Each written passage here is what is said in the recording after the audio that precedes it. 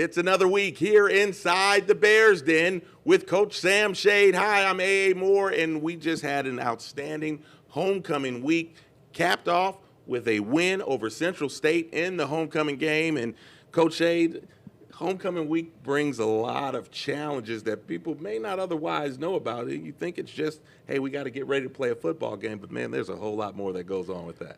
Yeah, you're right. I mean, we've got, a lot of young student athletes, and the student comes first. I always talk about that. So homecoming, you got a lot of great events going on for the students. And, when you've got a football team, those guys want to participate. And, they participated in some things early in the week, but as it got later in the week, they pretty much locked in and got focused around Thursday and were ready to play ball on Saturday. And when it comes to playing ball, you get generally your biggest crowds of the year. People came in, campus was packed even before you all got out there to start warming up. Talk about that kind of energy just walking into the place.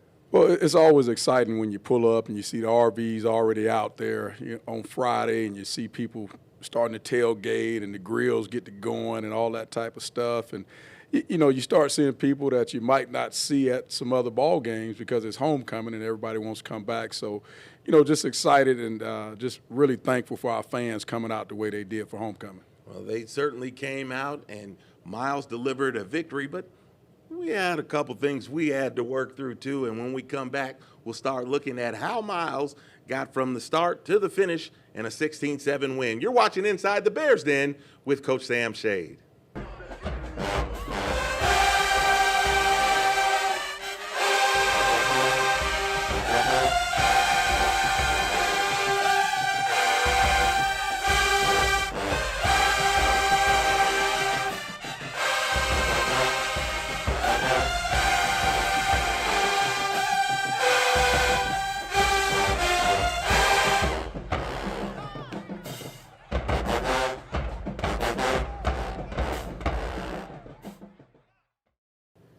Back here inside the Bears Den, and Coach Shade, you've got the Central State team that hasn't necessarily been the best team in this league for the last several years. They come in, they're 1-3 overall, 1-2 in conference play, and you've got to tell your guys, hey, look, you can't take this team lightly. Well, absolutely. We watched the film on those guys, and they were playing some good ball. They had some close ball games. Some things didn't go their way in some games. And, I talked about them having a really good coaching staff.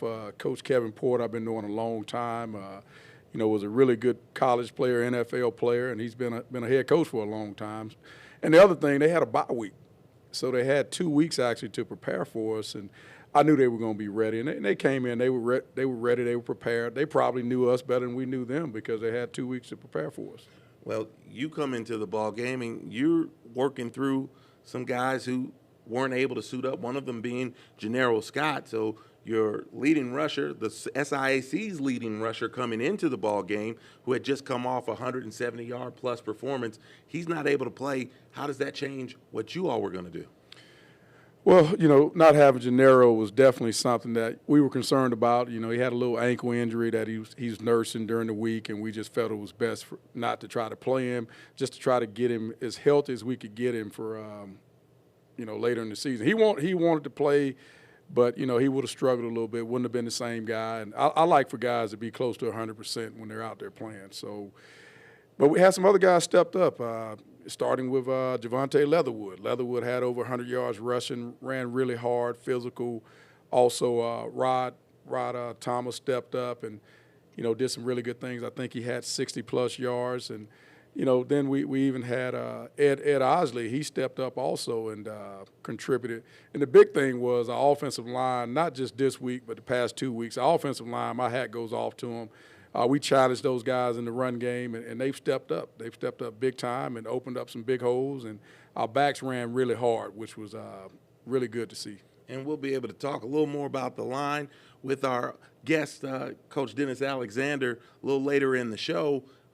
You talked about those running backs and being able to get to your depth. You were really working on running back 3, running back 4, running back 5, and even in pulling those guys out, you had 230 yards on the ground. Was that just the flow of the game? Was that what you all wanted to do coming in, and was it supposed to be a pronounced situation there? Well, we've talked about it since early in the season. We want to be able to run the football. That's just a big thing with me. I feel like, in order to go where we want to go, we've got to be able to run it. Now, we do have some weapons on the outside. We've got guys like Jay Andrews, Travonta Abner, Jaquel Fells, Buster Griffin. We've got some guys that can do some things with the football when we throw it to them, but we do want to establish the running game and get that going so that we can kind of play games with the defense. They don't know when we're going to run it, when we're going to pass it, and we feel like we've been able to do that the past couple of weeks.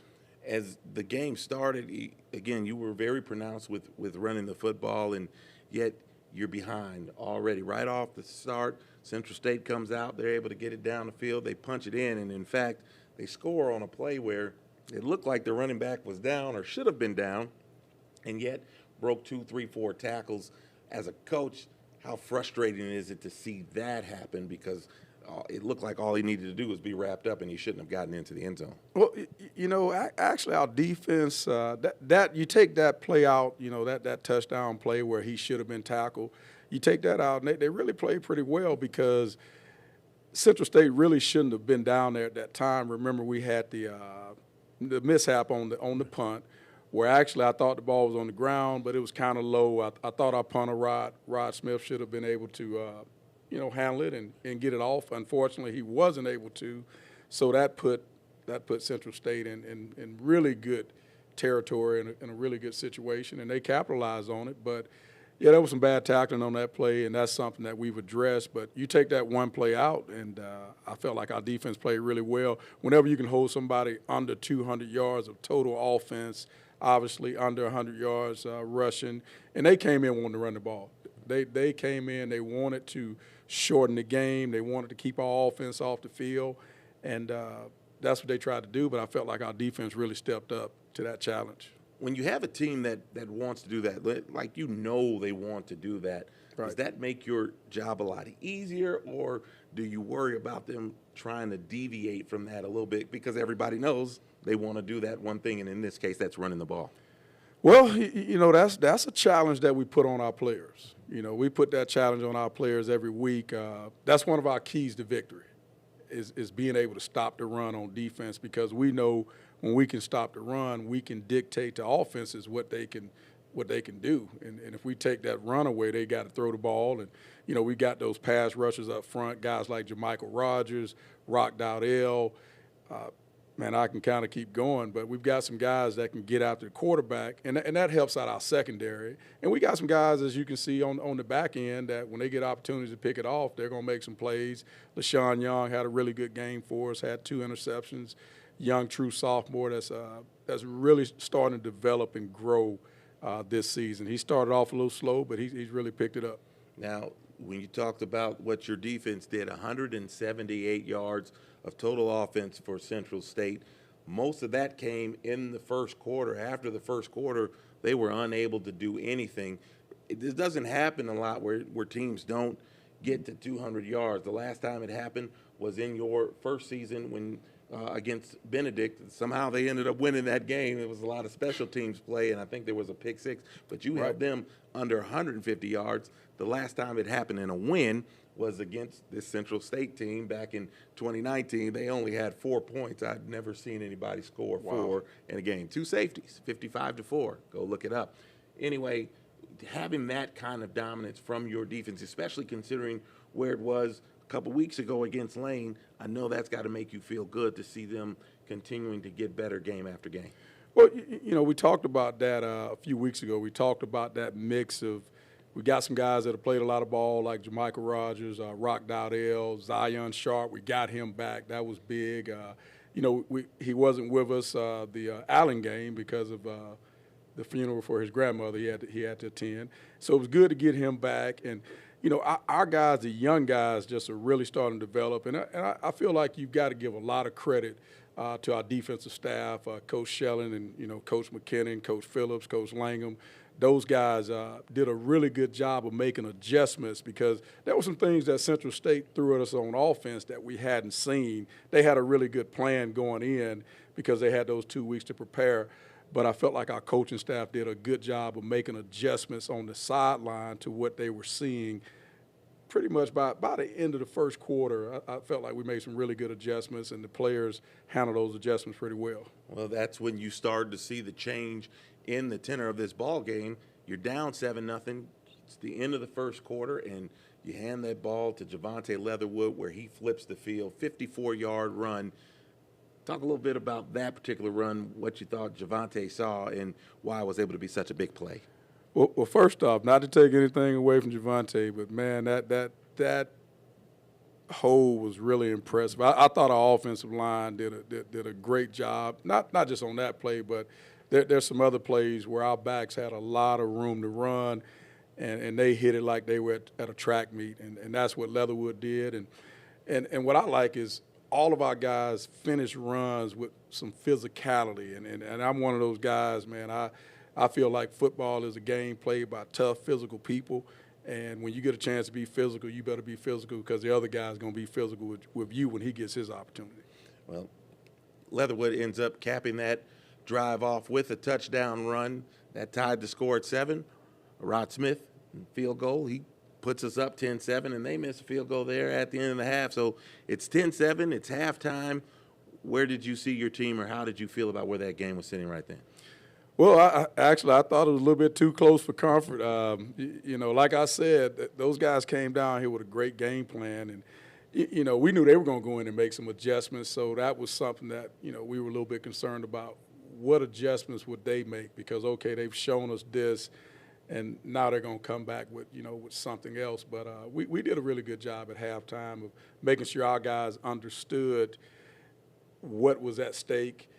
Halftime for homecoming is different. We actually it was 10 minutes longer than it normally is, so you have to kind of handle that. We got the guys out a little bit early, 6 minutes before we started the second half, which normally we don't get out that early, but I just felt like we were sitting around that locker room a little bit too long, and we needed to get out there, get warmed up, and get loose. And our offense did what we talked about doing. We talked about We deferred on the coin toss, so we wanted the ball in the second half. That's what we did, and our guys went out there. We had a big kickoff return to get us started, and then the offense moved the ball down the field. And also we did that with a new quarterback in the game. And we're going to get to that a little later in the show, but when we come back, we've got our offensive coordinator, offensive line coach, Dennis Alexander, who's going to join us here inside the Bears Den when we come back with Coach Sam Shade.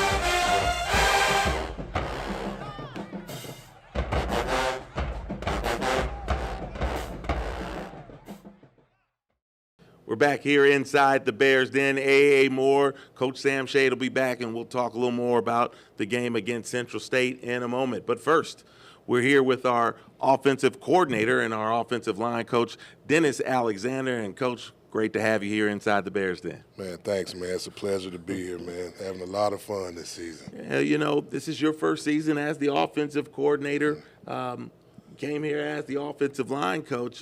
Did you ever think that, hey, I'm going to be the OC, I'm going to be the one, designing and calling the plays? Well, man, I guess I could say that I saw it a little bit in the future, probably not as quick as it actually happened. But, I'm excited, man. When Sam, called me and told me that the opportunity was there, I talked to my wife about it, and, we jumped right on it, and, it's been fun. It's a different side, of coaching. Outside of just being a position coach, you're actually over the whole offense. So, it's just a different, it's a different vibe. It's a different setup, and I'm actually enjoying it.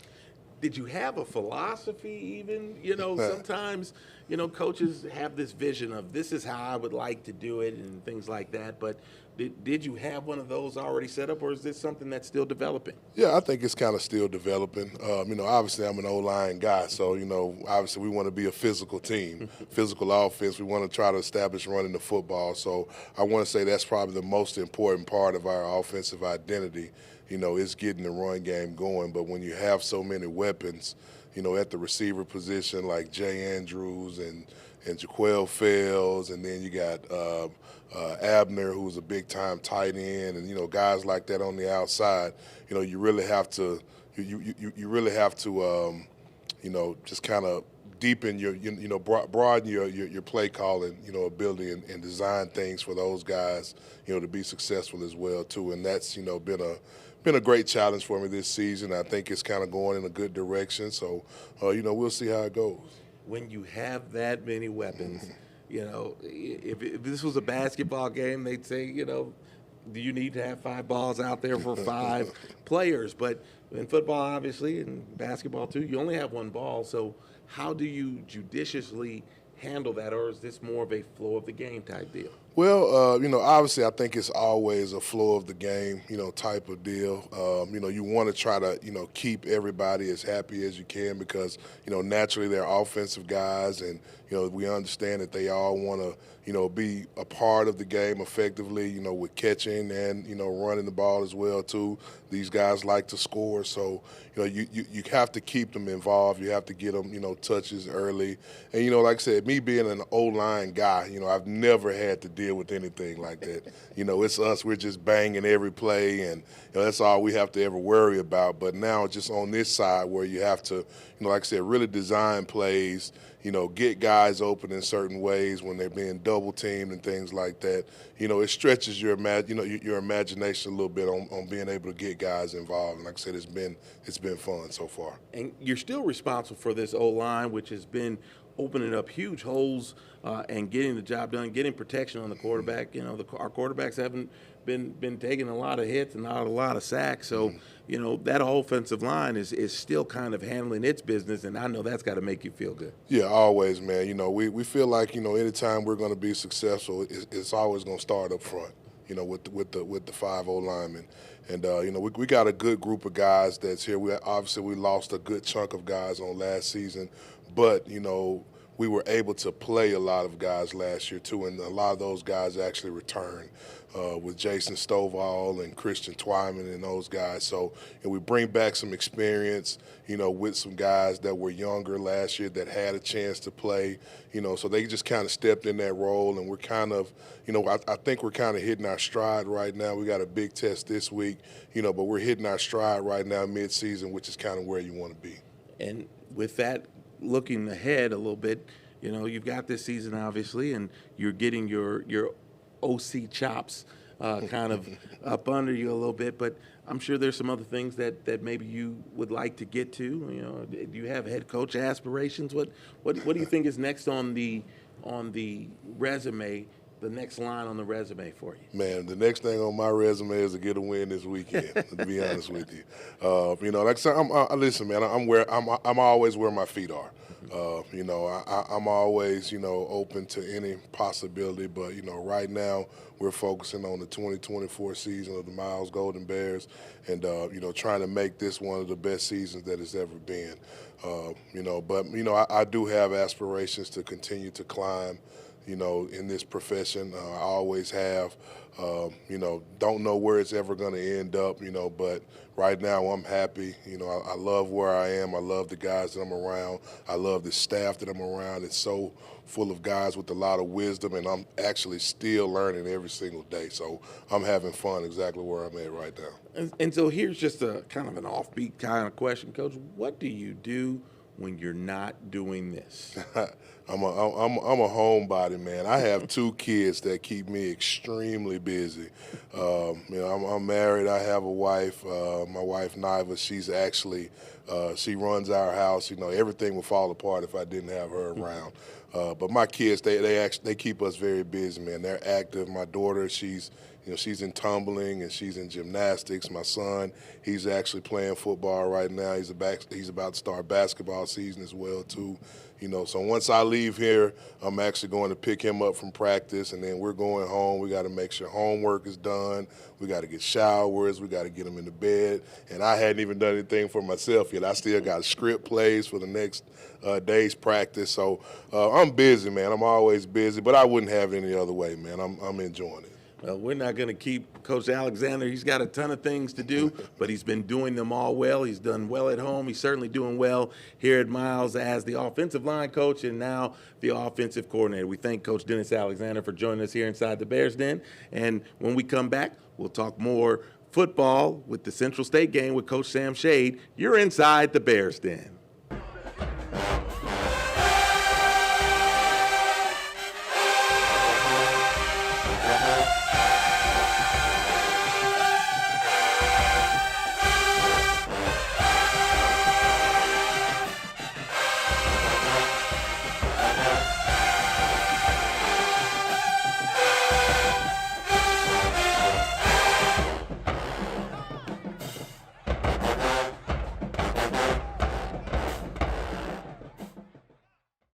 Back here inside the Bears Den with Coach Sam Shade. I'm A.A. Moore, and Coach, we just got finished talking with Coach Alexander, and I know you are extremely happy to have him on your staff. You moved him up, and it's worked out very well.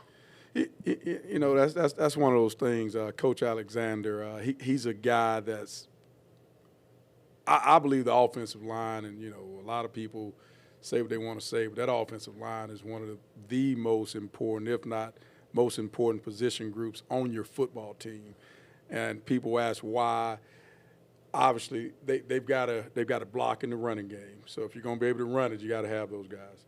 If you're going to be able to pass it, they got to protect. So you've got to be able to have those guys.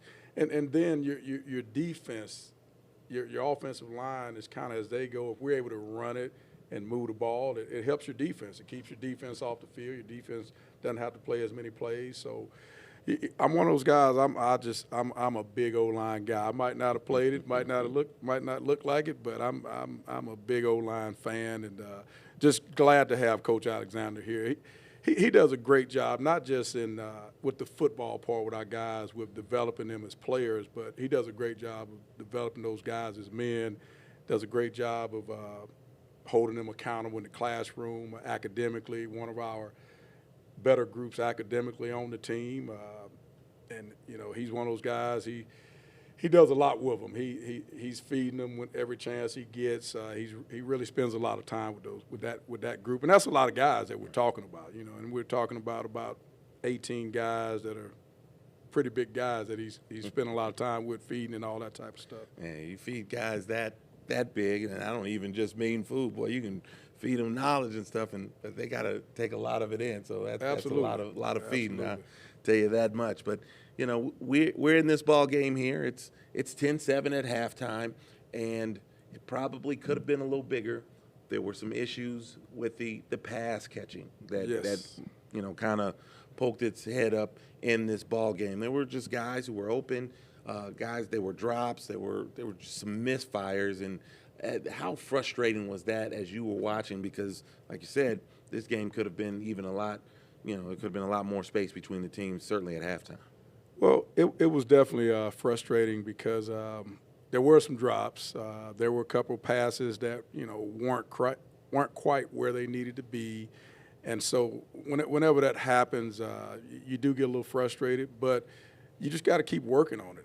And those are things that we got to keep working on in practice. We've got to keep working on the timing between the quarterbacks and the receivers. And the receivers have to spend a little bit more time on the jugs machine, trying to get their hands right and trying to get their eyes right, all those type of things. And just really get back to basics is what you have to do, you know, when you're trying to solve problems in the passing game. Well, the running game certainly was able to cover for it, but you did make a change. You put in Khalil Anglin. He's the one who quarterbacked in the second half. And, you know, talk about him because we haven't had an opportunity to see him on the field this year. And so talk about him and why you put him in and also what you thought of his play. Well, Khalil Anglin, he's a redshirt sophomore from Miami, Florida.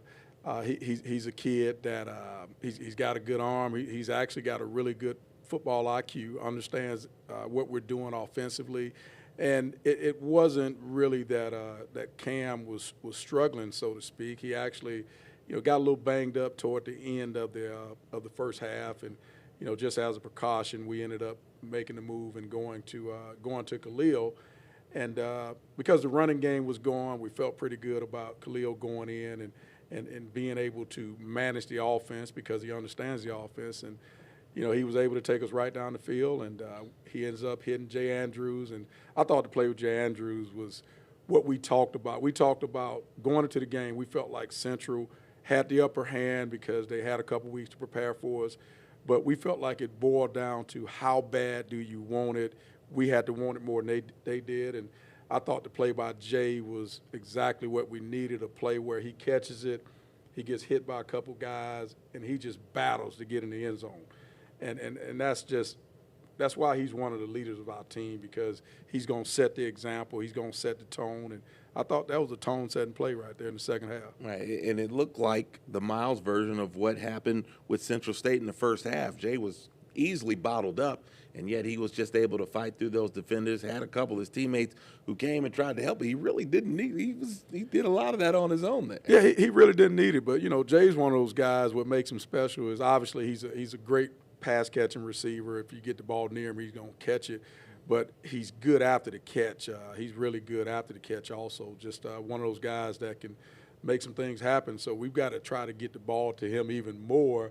And I'm always checking that, particularly at halftime, trying to see how many times he's gotten it. And we got some other guys that we want to get the ball like that too. Obviously, Abner, Fales, Buster Griffin is a guy that we had a chance to hit on a couple balls that we missed on. And you know, we got to find ways to get the ball to those playmakers, though. Well, Jay's got 4 touchdowns in his last 3 games, so you can see the explosion. He's quite ready, and every time you kind of get him the football, man, he can make something happen. But now you're getting a little further into this ball game. The offense still not clicking, and now it's back on the defense, and they were getting it done to the point where it was a ton of 3-and-outs.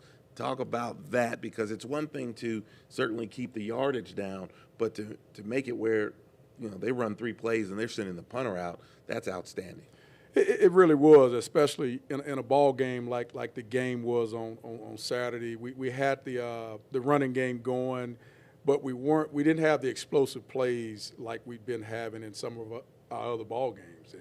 And so when you got a game like that, you're counting on your defense to get some stops and to get some 3-and-outs. And I looked at the first downs, for instance, and, you know, we had 22 first downs to their 11, so we doubled them up there. Time of possession wasn't quite – we won time of possession. We had 30 – we held it for 32 minutes. They held it for 28. You know, we'd like to get that – get a wider margin right there as far as how long we've got it and them not having it as long as they had it. And so when it got late in the ball game, you've got LaShawn Young on a couple of those 3-play drives. There were 2 drives that were 3 plays, and on the 3rd play, LaShawn Young was in there again. 2 more picks that came as a result of his play. And you talked about him a little earlier. Is he really starting to turn into that guy in the defensive secondary? Well, you know, he's what he does really well is he's got really good range and ball skills. He's got some natural things in the passing game at safety on the back end where he's got the natural ability to track a football really well and really good ball skills to come down with it. But then you throw in also Jeremiah Hudson-Davis, who has really done some really good things for us this year as a true sophomore.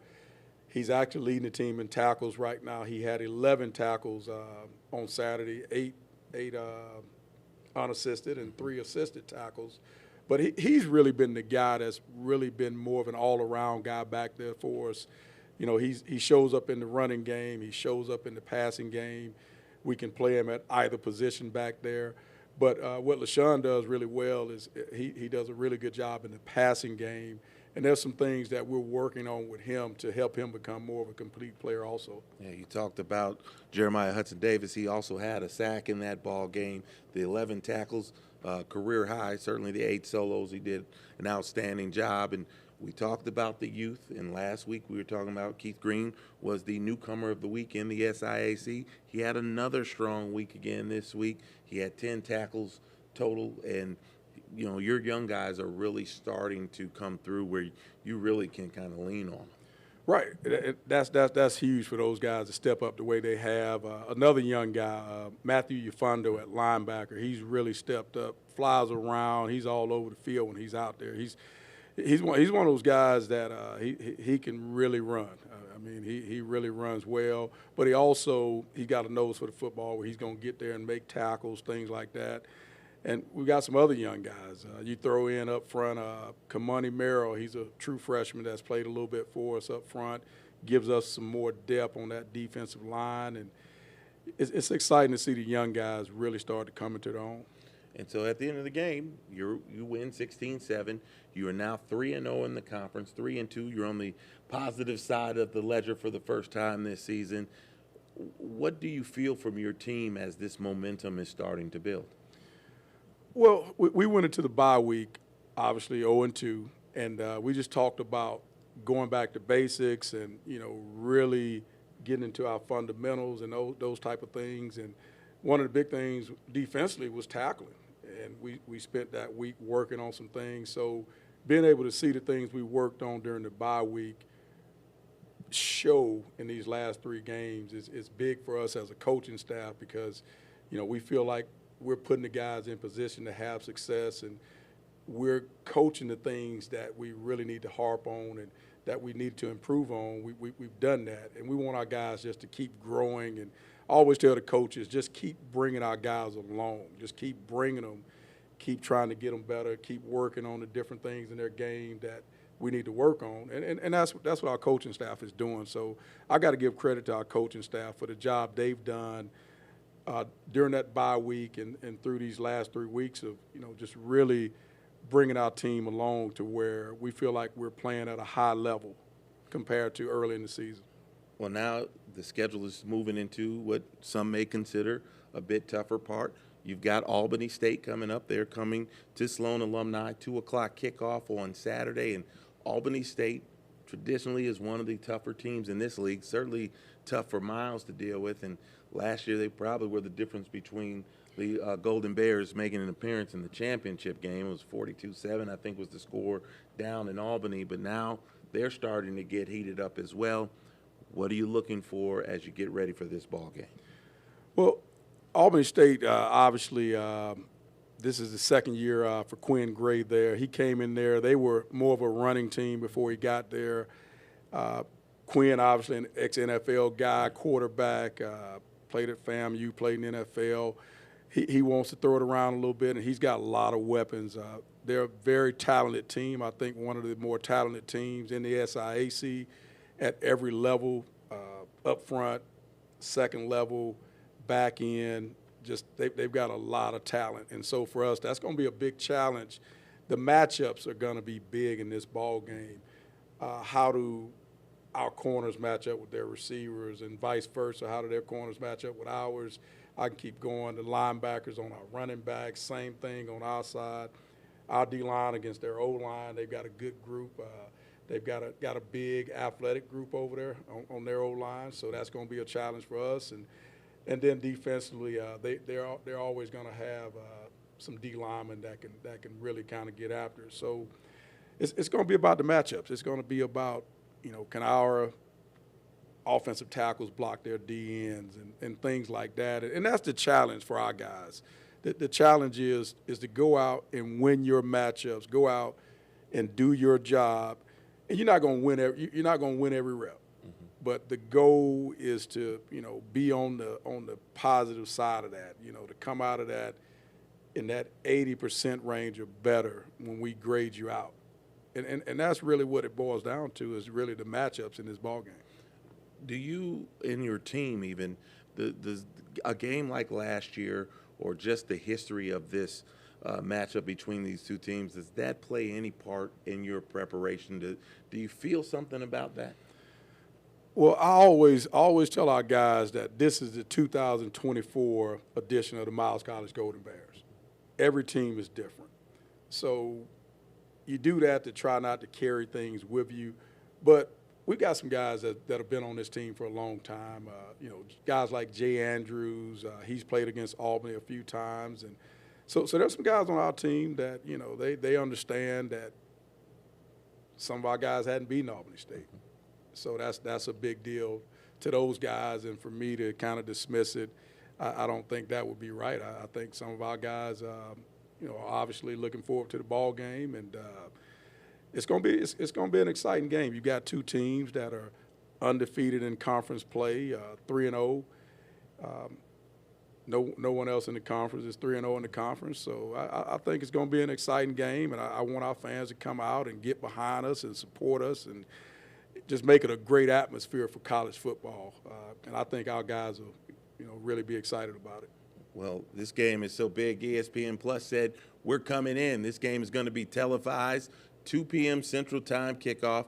Certainly want you here at Sloan Alumni Stadium. You can purchase your tickets by going to milesgoldenbears.com. If you can't get here, then make sure you click on our schedule. There'll be a link where you can watch the game on ESPN Plus.